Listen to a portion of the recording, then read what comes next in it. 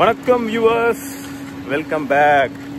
So இன்னைக்கு ஆக்சுவலாக என்னன்னு பார்த்தீங்கன்னா பேக் டு பேக், அதாவது செகண்ட் 100. ஆக்சுவலாக இப்பெல்லாம் சைக்கிள் ஓட்டணும்னு அவசியம் இல்லைங்க, கண்டிப்பாக ரெக்கமெண்ட் பண்ண மாட்டேன். இந்த ரெண்டு பேக் டு பேக் 100 அடிக்கிறதுக்கு முன்னாடி கிட்டத்தட்ட எத்தனை 50 அடிச்சிருப்போம் அப்படின்னு கேட்டிங்கன்னா, ஏன்னா நானும் ராகவனும் தான் ஓட்டிகிட்டு இருக்கோம். ராகவன் வந்து கன்சிஸ்டண்டாக 50 போய்கிட்டே இருக்காரு, டெய்லி போயிட்டு இருக்காரு. எனக்கு வந்து சில சிச்சுவேஷன்ஸ்னால என்னாச்சுன்னு பார்த்தீங்கன்னா, இடையில ஒரு நாள் நான் வந்து 50 மிஸ் பண்ணேன். ஸோ அதுக்கு காம்பன்சேட்டாக திரும்ப நான் என்ன பண்ணேன், ஆக்சுவலாக என்னாச்சுன்னா சைக்கிள் பஞ்சர் ஆச்சு இல்லையா, அப்போ நான் திரும்பியும் வந்து 100 days ஆஃப் சைக்கிளிங் அப்படிங்கிறத டே 1லேருந்து ஆரம்பித்தேன்.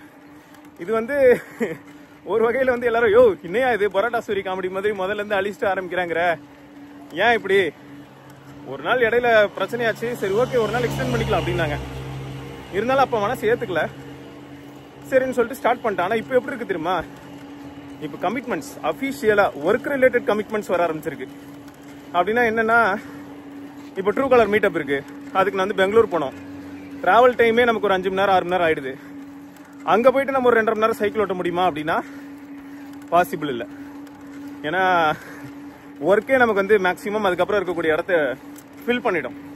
அப்போ அன்னைக்கு நான் திரும்ப ஸ்கிப் ஆகுதுன்ட்டு திரும்ப டே 1லேருந்து ஆரம்பிக்கிறேன்னு சொன்னால் ப்ராக்டிக்கலி எப்படி இருக்கும். அதனால அந்த மாதிரி பண்ணாமல் பெட்டர் நாளைக்கான ரைடியும் சேர்த்து இன்றைக்கி ஒரு 100 போயிடலாம். ஸோ இப்படி தான் இப்போ பண்ணிக்கிட்டு இருக்கேன். ஸோ இடையில ஒரு நாள் மிஸ் பண்ணேன். ஸோ நேற்று ஒரு 100 அடித்தேன். நாளைக்கு நான் ஓட்ட முடியாது, அதனால் இன்றைக்கி ஒரு 100 அடிக்கிறேன்.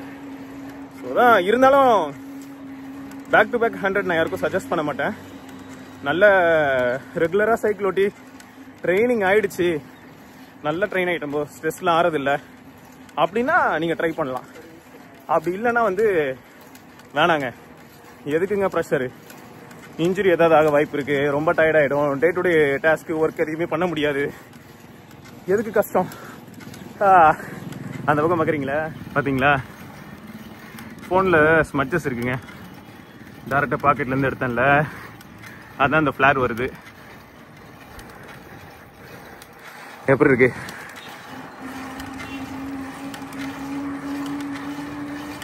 இல்லாட்டி அந்த ஃப்ளார் வராதுங்க, க்ளீன் பண்ண வராது. பொறுங்க, பார்த்தீங்களா க்ளீன் பண்ணிட்டேன். இதுக்கு தான் உங்கள் எல்லாரையும் அடிக்கடி க்ளீன் பண்ணுங்கன்னு சொல்கிறேன், வேறு எதுவும் இல்லை. ஃபோட்டோவோ வீடியோவோ முக்கியமாக லோ லைட் சுச்சுவேஷன் எடுக்க போகிறீங்க அப்படின்னா க்ளீன் பண்ணிடுறது நல்லது. க்ளீனிங் மஸ்ட்டு, ஞாபகம் வச்சுக்கோங்க. எப்படி இருக்கு,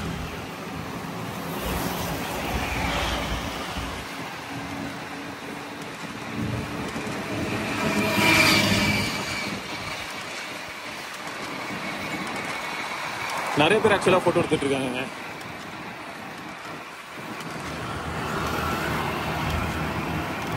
அப்படியே 1x போகிறேன்.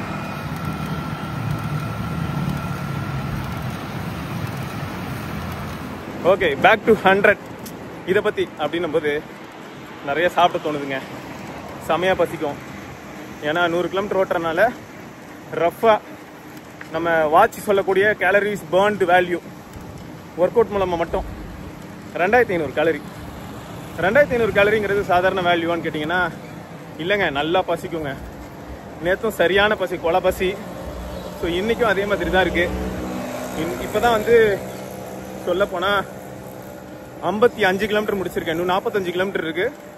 ஸோ இங்கேயே நான் மெரினா இந்த தீவுத்திடலில் வந்து இன்னொரு 25 கிலோமீட்டர் முடிப்பேன். 80 இங்கே கம்ப்ளீட் பண்ணிட்டு வீட்டுக்கு கிளம்புனேன்னா அப்படியே போகிற வழியிலேயே 100 ஆகிடும். ஸோ இதுதான் பிளானு.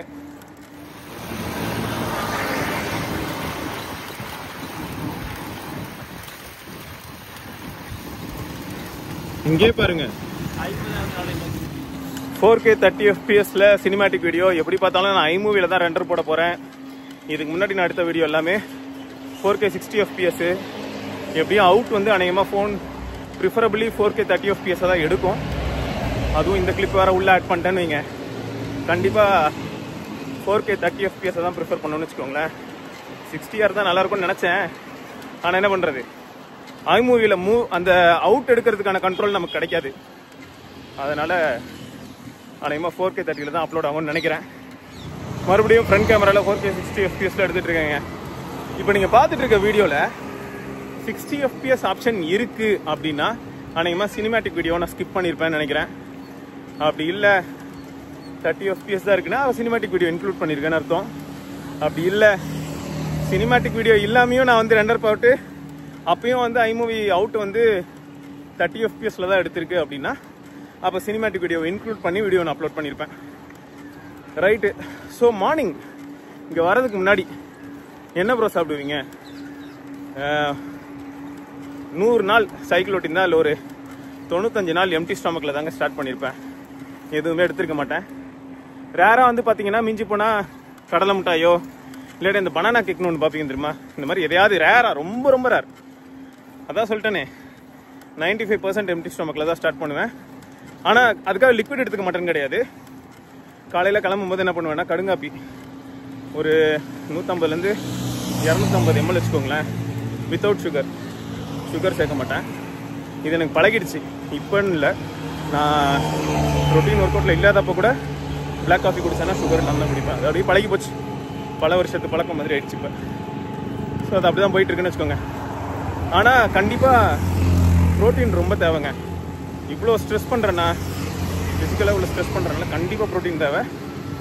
வீட்டுக்கு போயிட்டு இப்போ எப்படியும் ப்ரோட்டீன் வந்து ஒரு 2 ஸ்கூப் எடுப்பேன். ஏன்னா நீங்கள் சாப்பாட்டில் எடுக்க முடியுமானா 100% எடுக்கலாம். ரைட்டு.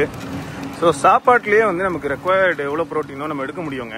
ஆனால் நம்ம கொஞ்சம் ஸ்டேட் ஆஃப் ரெஸ்ட்டில் இருக்கிற மாதிரி ஆகிடும். ஒன்று, எடுத்த ஃபுட்டை ப்ராசஸ் பண்ணுறதுக்கோ பாடிக்கு எனர்ஜி தேவைப்படும். கொஞ்சம் நல்லா அதிகமாக சாப்பிட முயற்சி பண்ணால் அதுக்கப்புறம் ஒர்க் பண்ணும்போது கொஞ்சம் மந்த நிலை ஏற்படுது. அதனால தான் இதை தவிர்த்திடவே ஒரு வேளை மட்டும் ப்ரோட்டீன் எடுக்கிறேன், சப்ளிமெண்ட்டாக எடுக்கிறேன். அப்படி இல்லைன்னா ஃபுட் வழியாகவே நம்ம எடுத்துடலாம். ஸோ அது இங்கே கன்வே பண்ணணும்னு நினச்சேன். ரெகுலராக ஃபுட் ஆஸ்பெக்டில் எடுத்துக்கிட்டால் கேஷுவலாக வீட்டில் எல்லோரும் என்ன சாப்பிட்றாங்களோ அதே தான். அதில் அப்பப்போ கொஞ்சம் செக்ஸ், எது வேணும் எது வேண்டாம், எவ்வளோ குவான்டிட்டி வேணும் அந்த மாதிரி டிசைட் பண்ணிப்பேங்க. மற்றபடி எனக்கு தனியாக இதை சமைச்சு கொடுங்க அதை சமைச்சு கொடுங்க அப்படி மோஸ்ட்டாக எதுவும் இருக்காதுன்னு வச்சுக்கோங்களேன். வீட்டில் எல்லாருக்கும் என்ன இருக்கோ அதே தான் சாப்பிட்ணும். ஸோ அதை தான் வந்து நான் எனக்கு ஏற்ற மாதிரி குவான்டிஃபை பண்ணிப்பேன். அப்புறம் கண்டிப்பாக மினிமம் ஒரு 3 எக்காவது எடுப்பேன்னு வைங்க.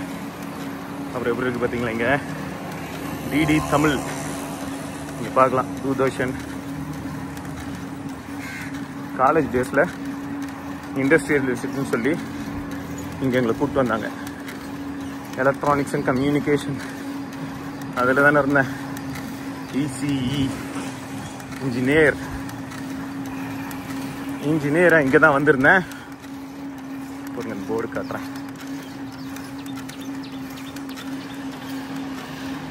ரூம் இருக்கா டிடி தமிழ்.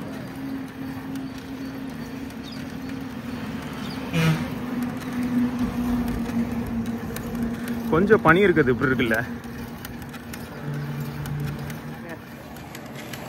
ரைட்டுங்க, கண்டிப்பாக நான் அப்டேட் கொடுக்குறேன்.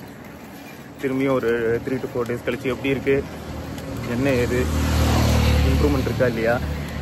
நான் கேலரி கட்டு, டயட்டு ஃபாஸ்டிங் அப்படி சொல்லலாம். ஃபாஸ்டிங்லாம் இல்லைங்க. அதேமாதிரி ரொம்ப நான் கேலரி டெஃபிசிட் குள்ளேயும் இல்லைங்க. ஸோ அதெல்லாம் நான் பண்ணல. அதனால் கடந்த 1.5 மாதத்தில் 3 கிலோ குறைஞ்சிருக்குங்க. இதுதான் இப்போதைக்கு அச்சீவ்மெண்ட்டு. இதுக்கப்புறம் இன்னும் வெயிட் குறையும் பட்சத்தில் அப்போ அடுத்தடுத்து வரக்கூடிய நாட்களில் நான் வந்து அப்டேட் பண்ணுறேன். ஓகேயா? ரைட்டு. இதை தொடர்ந்து இன்னொரு பதிவில் சந்திப்போம். அது வரைக்கும் சிவபரணி. அண்ட் ஆல்ரெடி நீங்களும் இப்போ சைக்கிளிங் ரொட்டீன்குள்ளே போயிட்டீங்கன்னா டெய்லி எவ்வளோ கிலோமீட்டர்ஸ் போகிறீங்க, என்ன சைக்கிள் யூஸ் பண்ணுறீங்கிறத கீழே கமெண்ட்டில் டைம் இருந்ததுன்னா பதிவு பண்ணுங்கள், பார்க்கலாம்.